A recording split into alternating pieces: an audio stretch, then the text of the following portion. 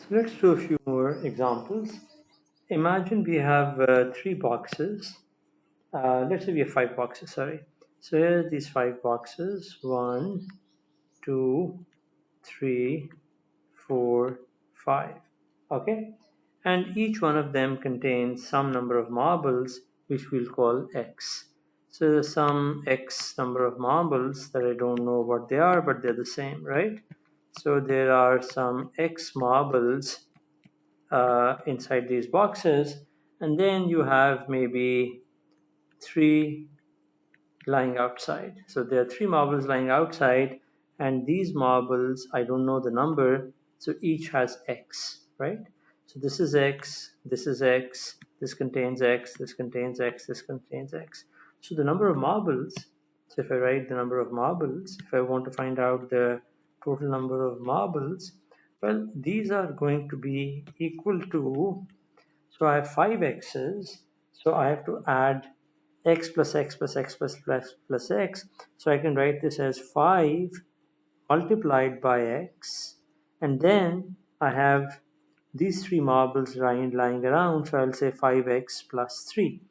Now please note that we don't write the multiplication symbol, so I'm going to rewrite this as just 5x plus 3. Okay, now you can imagine if x is equal to 4, so let's imagine x is 4. So if x is equal to 4, then the total number of marbles, so the marbles you can just, will turn out to be 5 multiplied by 4 plus 3, which is exactly right, because we first multiply based on the rules of precedence and the order of operations, and then we'll add, so we get the answer 23, which is exactly correct.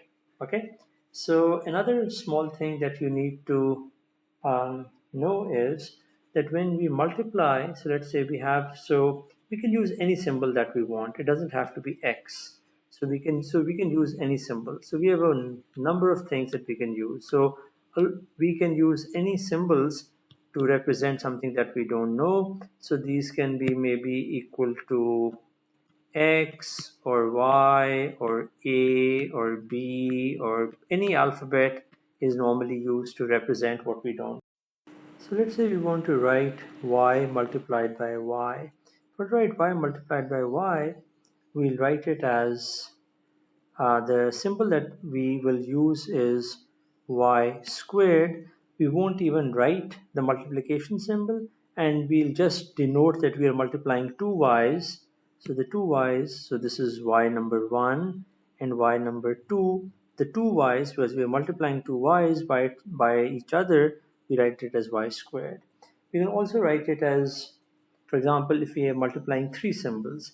So let's say we are multiplying A by A by A. So now we have three A's. So the way we're going to denote it is going to say A cubed, because the 3 over here denotes that we have three A's, 1, 2, 3 A's. So it's 3, the A cubed, so we call it A cubed, and it is signifying that A is multiplying by itself 3 times. Now it's very easy, so we can write something else too. So for example, if we try to write something like maybe 2y squared, what it actually means is, it means 2 multiplied by y multiplied by y. So this is a very compact and convenient notation for 2 multiplied by y times y. You can see we save a lot of space. Let's say if we want to evaluate when, let's say, y is equal to 3. So if y is equal to 3, you want to evaluate it. Well, this will turn out to be equal to 2 multiplied by 3 multiplied by 3, which is equal to 18.